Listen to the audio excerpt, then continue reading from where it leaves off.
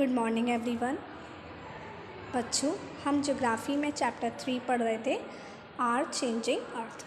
ठीक है, तो इससे प्रीवियस क्लास में मैंने आपको वॉल्केनो के बारे में बताया, अर्थक्वेक के बारे में बताया कि किस तरीके से वॉल्केनो आता है, अर्थक्वेक किस तरीके से आता है। ठीक है, ये सारी चीज़ें हमने इससे प्रीवियस क्लास में पढ़ी थी। आई होप आपने वहाँ तक चैप्टर पूरा अच्छे से रीड कर लिया होगा। चलिए अब हम आगे बढ़ते हैं।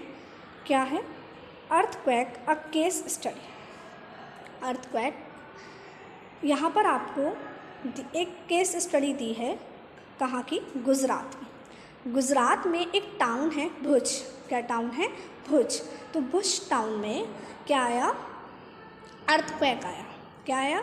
अर्थक्वेक आया। तो वही हम केस स्टडी पढ़ते हैं कि वहाँ पर कैसे अर्थक्वेक आया और अर्थक्वेक आने के बाद क्या क्या नुकसान हुआ।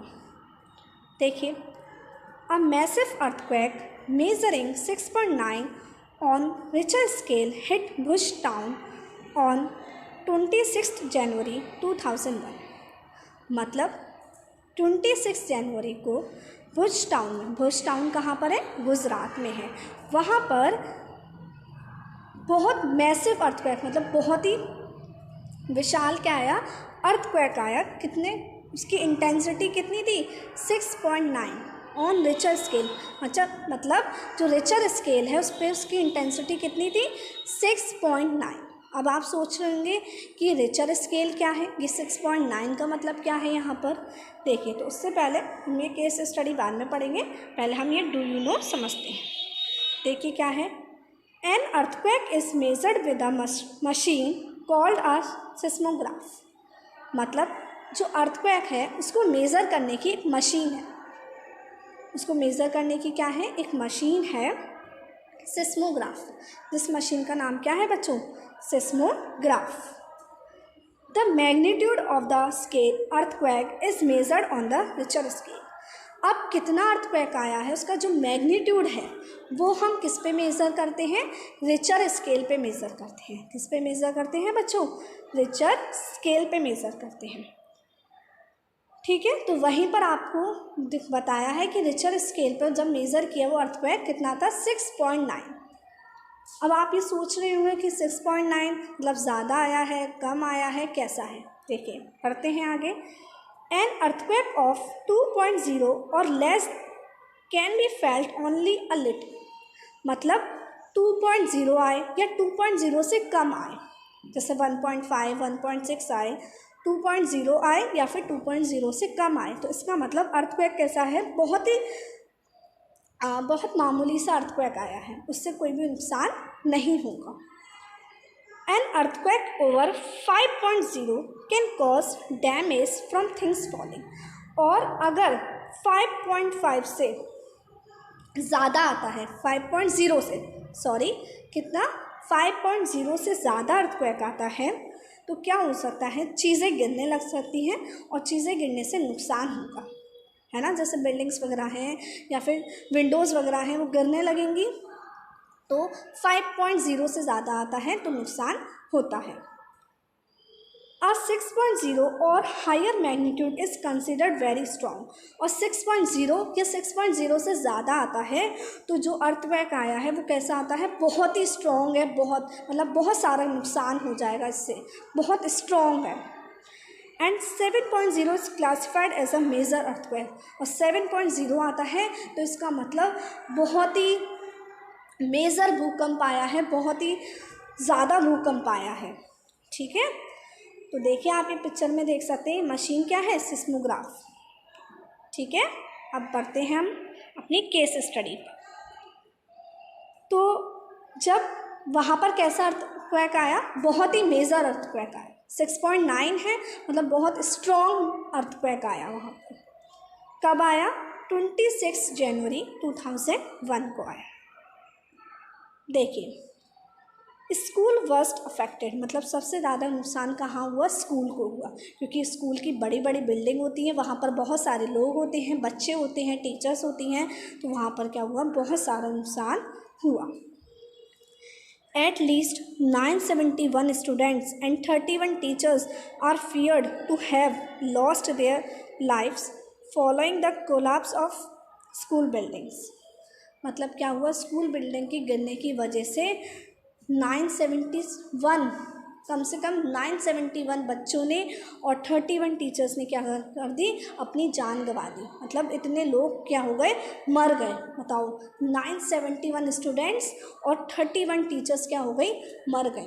क्योंकि क्या, जो स्कूल की बिल्डिंग्स बड़ी बड़ी होती हैं, तो बिल्डिंग्स जब गिर गई, दीवारें गिरने लगी, तो क्या हुआ, लोग मर गए।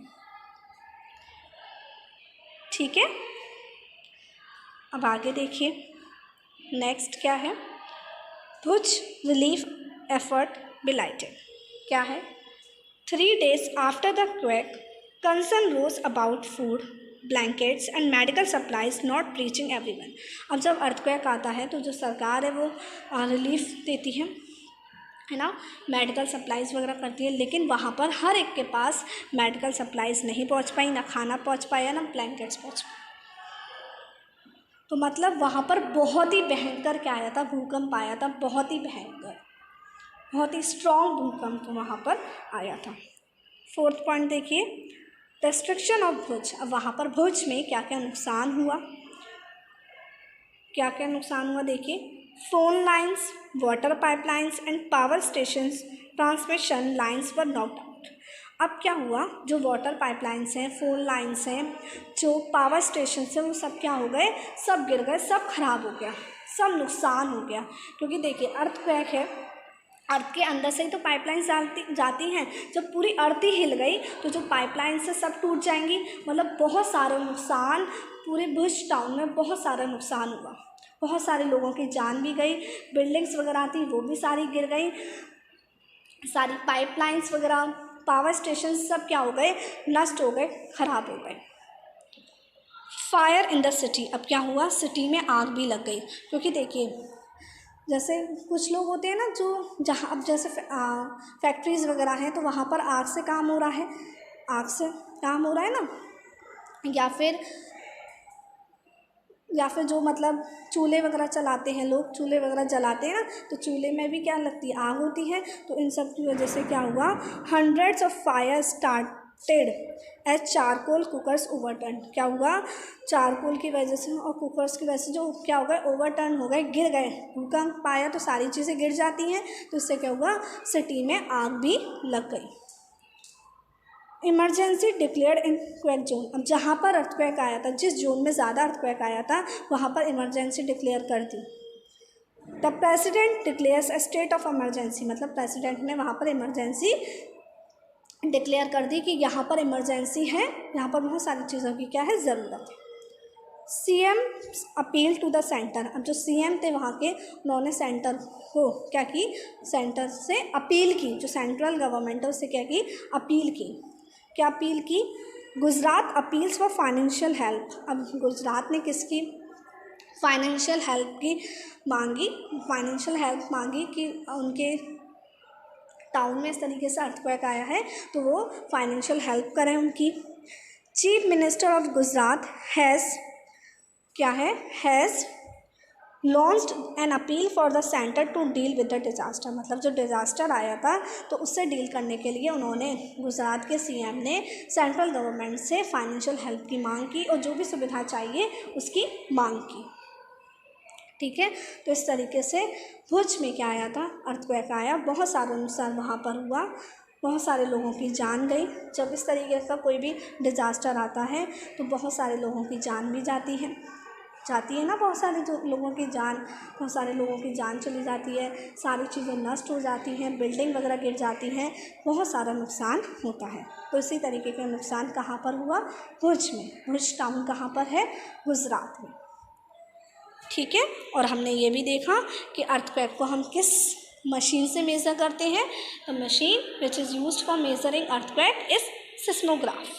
और उसका अर्थक्वेक का मैग्नीट्यूड किस पे मेज़र करते हैं, रिचर स्केल में। जैसे होता है ना टेम्परेचर बोलते हैं हम 23 डिग्री सेल्सियस, तो वही है। इस तरीके से रिचर स्केल पे जब अर्थक्वेक मेज़र किया गया भुज में, तो वो कितना था, 6.9। और हमने पढ़ा 6.9 मीन्स बहुत स्ट्रॉन्ग अर्थक्वेक आया वहाँ पर।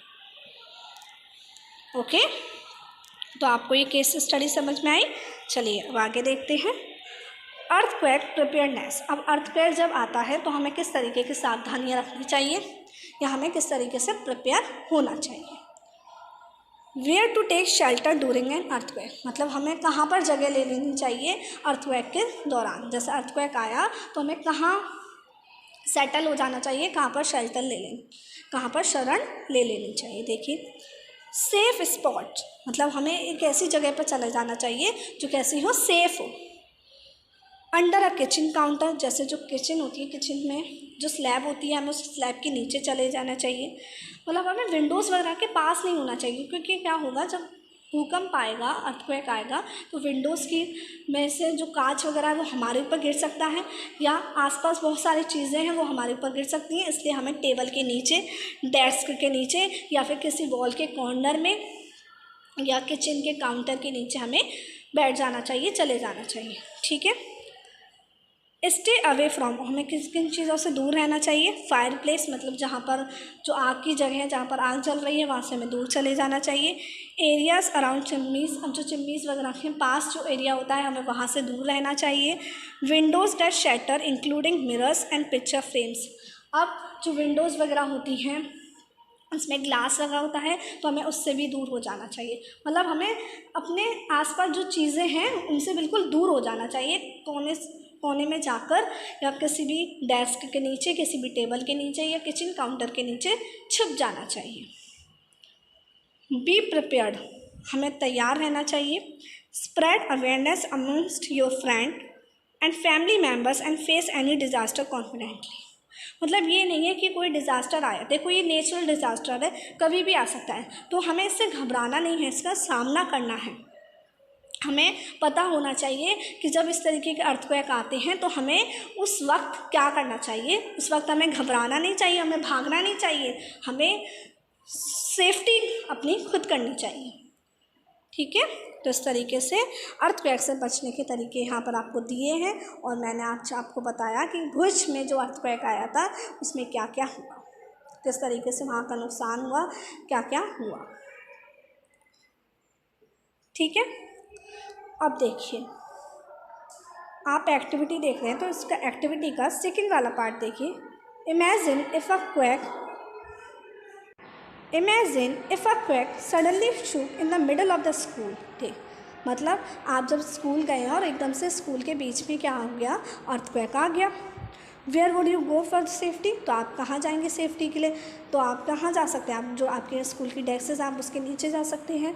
तो आपको अपनी सेफ्टी करनी होगी, और मैंने अभी आपको बताया कि किस तरीके से हम अपनी सेफ्टी कर सकते हैं। ठीक है। अगर आपकी क्लासरूम्स में विंडोज़ वगैरह हैं तो आप विंडोज़ से बिल्कुल दूर चले जाइए। ठीक है। डेस्क के नीचे आप बैठ जाइए, तो इस तरीके की सेफ्टी आप कर सकते हैं। ओके। अब आप मुझे बताइए, अर्थक्वेक को मेज़र करने के लिए कौन सी मशीन का इस्तेमाल किया जाता है, कौन सी डिवाइस का यूज़ किया जाता है, बताइए।